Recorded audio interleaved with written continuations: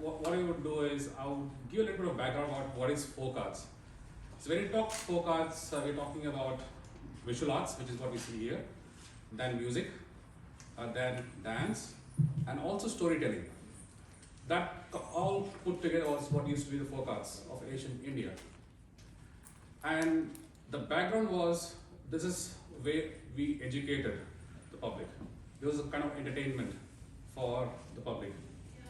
And what has happened is, that's how the kings or the royals would communicate to the bigger audience about things that they should do, they think they should not do. So basically an artist will do the art, and then there will be a storyteller who tells the story behind each of the art, or what they're trying to convey. And then you'll have music and dance, so that everyone gets the message across. Okay? So what we have here is, we got 10 folk arts from India: East, West, Central, South, and North. Like Purnima said, we got more than 50 folk arts. And if you include the tribal and crafts, it's more than 100. The challenge we have is, this was at its peak around 16th and 18th century. After that, pretty much it's just slowly diminishing.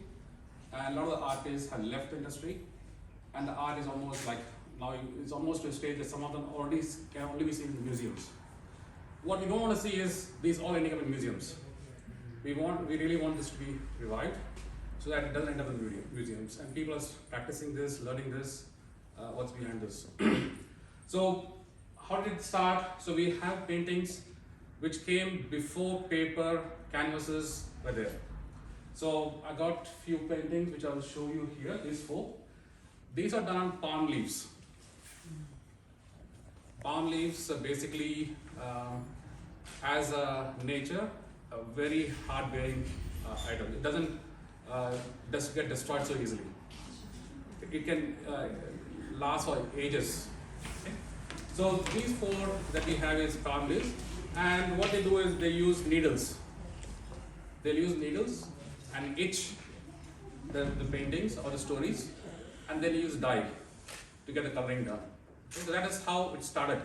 And then we have paintings which is actually done on cloth. So if you see on the back, these are done on cloth using natural colors.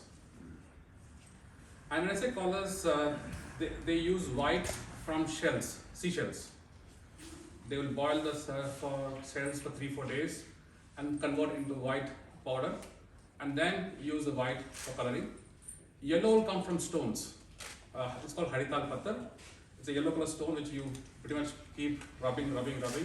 It will take this size stone at least a week to make it into a powder. And then they will use Arabic gum and gum to make colors. Same with red. Red also comes from stone. And then we had black. Blacks come from diya. When you burn oil, it converts into carbon, and that carbon is collected, and then they will use that for making blacks. So all the blacks you see in this and Patachitra, they come from natural blacks. Yellow is coming from stones. So, and a lot of the artists still do that. Some have moved to more acrylic and other forms, but traditionally it's done with these natural materials.